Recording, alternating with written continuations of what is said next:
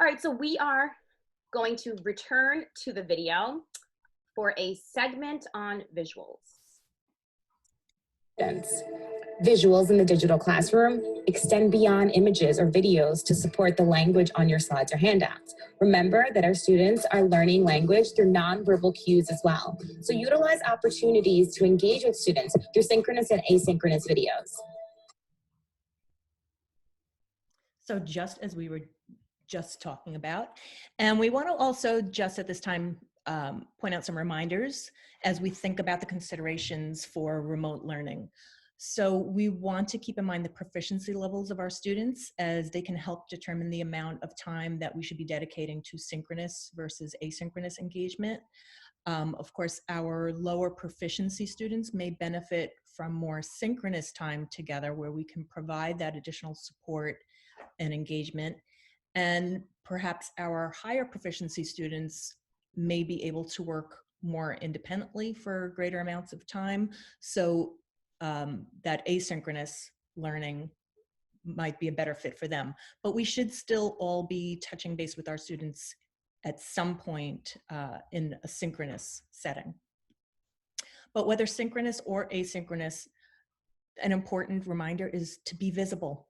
So whenever possible, consider showing your face, even when instruction is in an asynchronous format, because our facial expressions, our social cues, our body language provide a higher level of comprehensible input for our students. So try to be visible in whatever format you're using.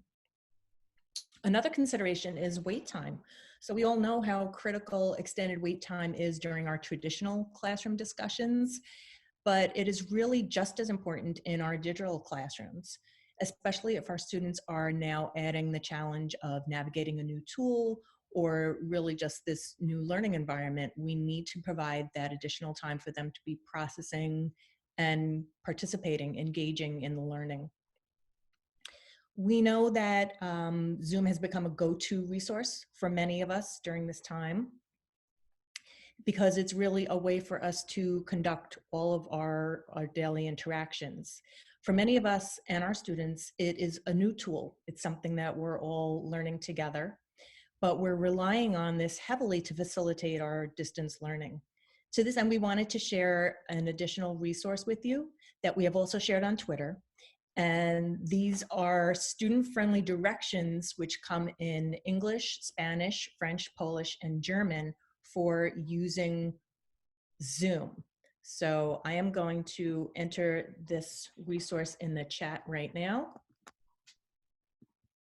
I think these also speak to a little bit of what Suzanne was saying earlier, to remember that we have, if we're in a dual language or bilingual classroom, we have students who are also learning Spanish, right? And students, and all these students would need things that are translated.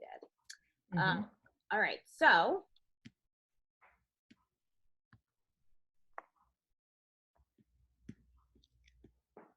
we are going to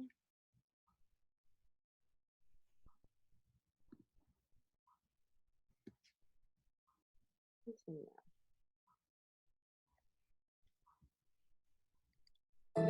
You may also consider using screenshots with arrows indicating where to click.